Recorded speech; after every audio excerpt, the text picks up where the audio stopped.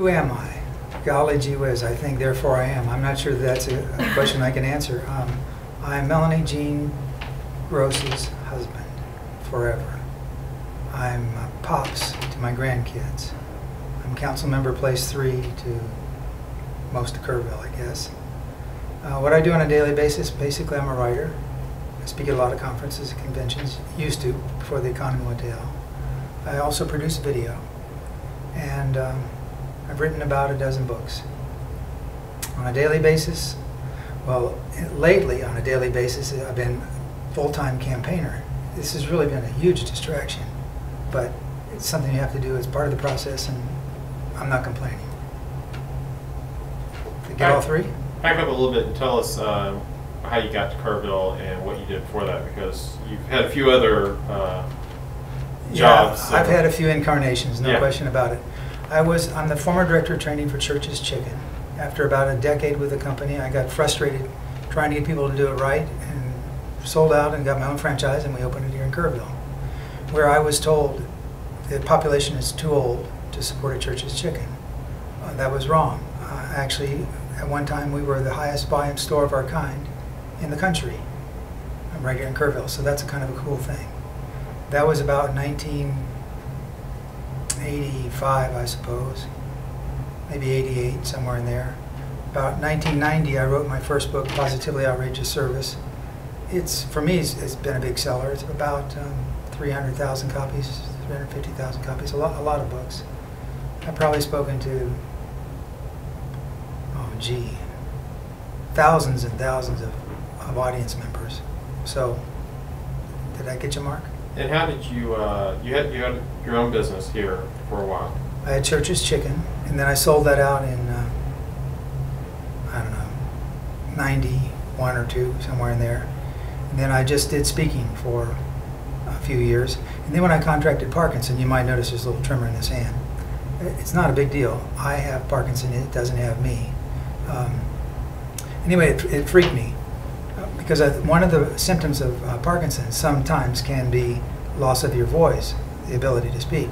Not good if you're making a living speaking. So I opened Sporty's. A dumb thing to do. Don't ever open a restaurant in a former funeral home.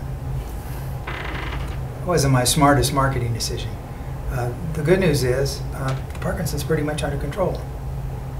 So tell us how you got on the city council. You know, I got on city council like most people get on city council. They have some cause or issue, and they're going to get it fixed.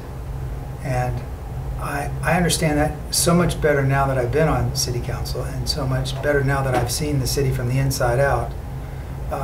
We're all reformers. I think by nature, human beings are reformers. We see a problem, we think we see a problem, and we're going to go fix it. So I was like anybody else. They just come off a battle with UDC. The city had cost me tens of thousands of dollars in construction issues, and it really ticked me off. And I was going to just get on the council and fix that sucker, and figured about 3 months, if it was like a business, why, we'd have that whooped. Well, it took the better part of 3 years, but I do have it whooped now, I think. We now have a development services department that works with responsible developers instead of fighting against them, and I'm real proud of that. But I thought it was, I went on to fix a problem. And then once I got inside, I realized, hey, there's some really cool things going on here. Kerrville is about to experience a renaissance. Some things you know, some things I would hope or would imagine you don't know. But we're about to blossom in a thousand wonderful ways with infrastructure and new buildings and new. This is an exciting time. Do you say that hopefully or with knowledge of things that are actually in the works? With knowledge of things that are actually in the works. This is going to be this is already a great place to live, and if we're wise, and if we're good stewards of what we've been given, it will remain a good place to live. And so I have just, this is the hardest I've ever worked for free, but it feels good. It's kind of a cool thing to say, you know, I made a difference, and I do believe I'm making a difference. If you feel like you've solved your main problem for going on the council, why keep doing it? Well, there are several reasons. One reason is that I'm very much against, well, let me just put it this way.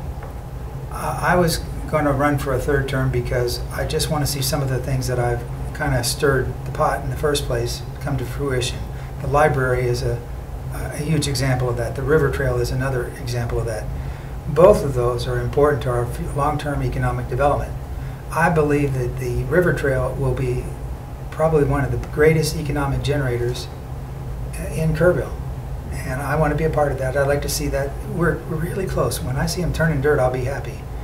So that's the good reason. What turned this from a campaign into a crusade is the idea of a husband and wife team on council.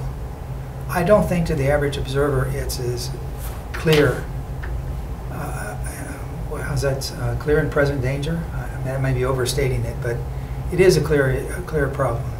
First of all, you've got pretty much a built-in 40% voting block concentrated in one household.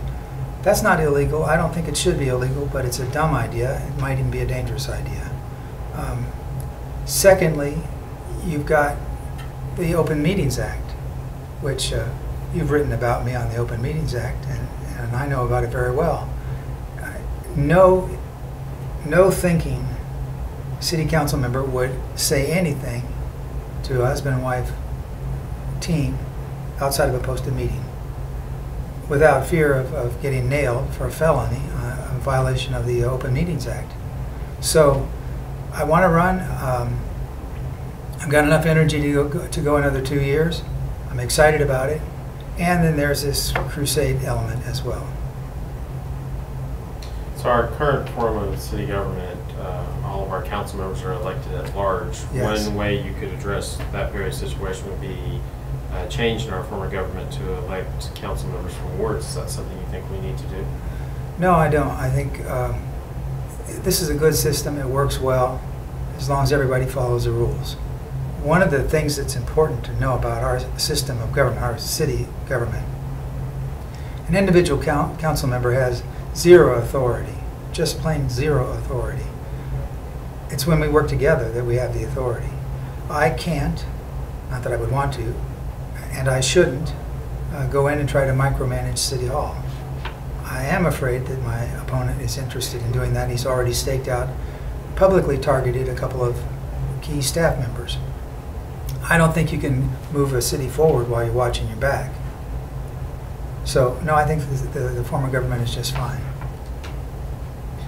You also mentioned some long-term projects that the city has been working on, such as the river trails. Why does it take so long for us to get these projects moving forward? Golly, I wish I knew. If I knew that, Mark, I would. They'd make me king, not councilman. You got to listen to everybody. That's one of the. You know, if you're building it in your own backyard and with your own dollars, you could just do whatever you want. But we've got so many constituents with so many good reasons why we should or shouldn't do something that you really have to listen to everybody. At the previous forum, they were asked, are you a candidate or are you a delegate or Trustee? a trustee?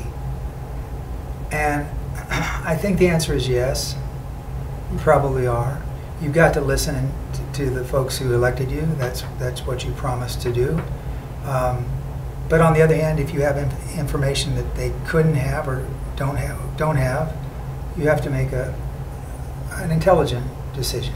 But anyway, it just takes a long time because there's permits and right of way for the river trail. That's a big one. It's the right of way or easement. But we're real close. I think we're down to one person for the first phase. Money's in the bank. Been sitting in the bank since 2004 or 5, something like that. And we're about ready to go. It's going to be exciting.